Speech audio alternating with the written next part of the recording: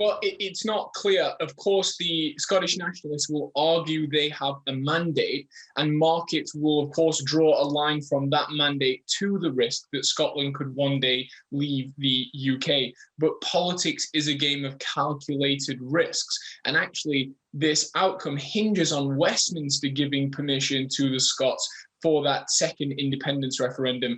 And I have to say, my hunch is Boris Johnson, arch Brexiteer, a Brexit Conservative Party, probably don't think they have a very good chance of winning in a second Scottish independence referendum. And hence, what they'll probably do is refuse a referendum if it's asked and force a noisy stalemate where really nothing will change. There'll be lots of noise, and markets really should just look through it. It won't have any serious economic effects.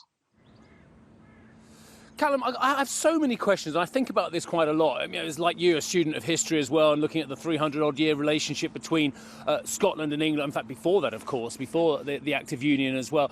Just one very basic question from the English point of view and from the Boris Johnson government point of view. If it is so economically bad for Scotland to go on its own way, and so much money is apparently being passed north of the border, why then, from a pure economic point of view, are the English so against the Scots having their independence referendum and potentially their independence, if indeed the English potentially would be financially beneficiaries of a break in the Union?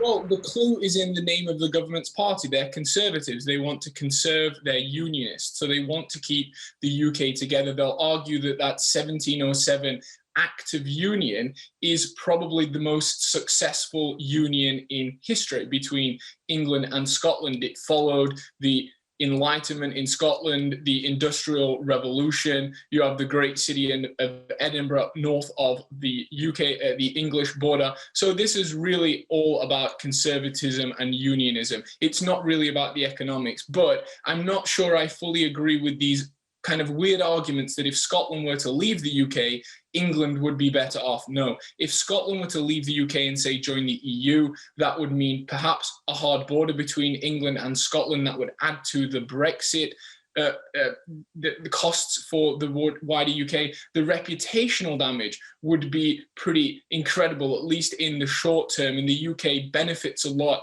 as an attractive hub for global FDI. So I don't think the economics works either way, either for Scotland or for the rest of the UK ex-Scotland.